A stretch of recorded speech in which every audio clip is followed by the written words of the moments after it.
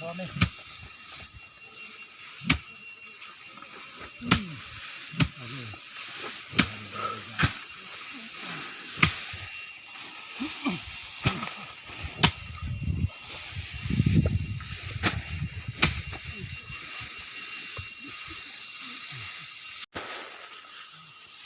โอ้โหช่างอะหมดได้ทุกคนต้องทุกที่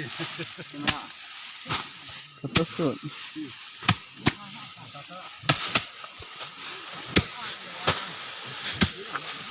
น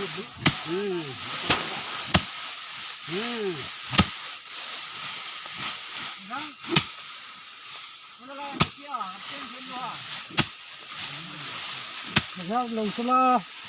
น้องละทิ้งบอลทิ้งบอลซ่าฮะน้องละทิ้งบอลซ่าเขาจะทำอะไรเสียลุงเสียต้นเลยโอเคไปทิ้งบอลทิ้งเขาก็นั่งมองนะครับตรงนี้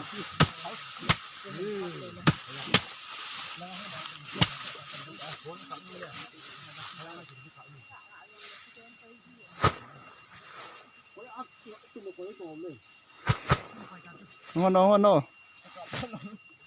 หัวปูก้ม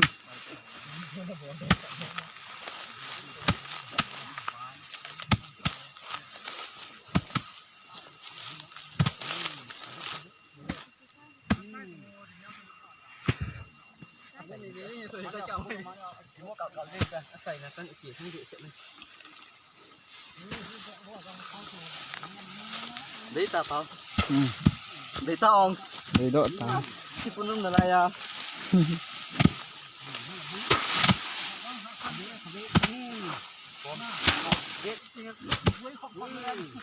อ่ะบอลเสียงจะขัดบอลได้ที่บ้านเห็น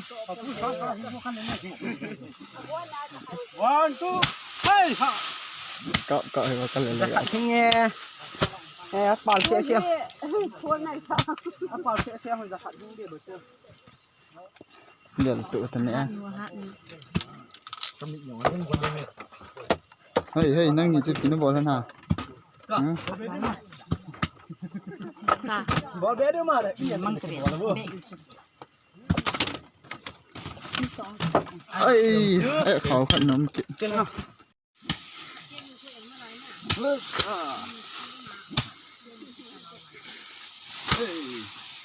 ฉันไม่ล้อมหรอกมัน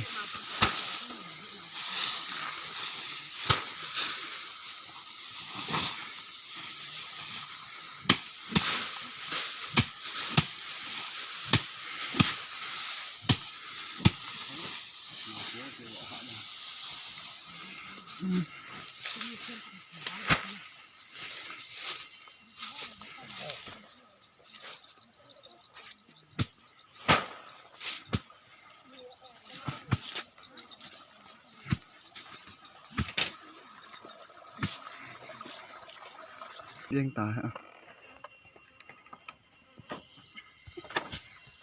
ใช่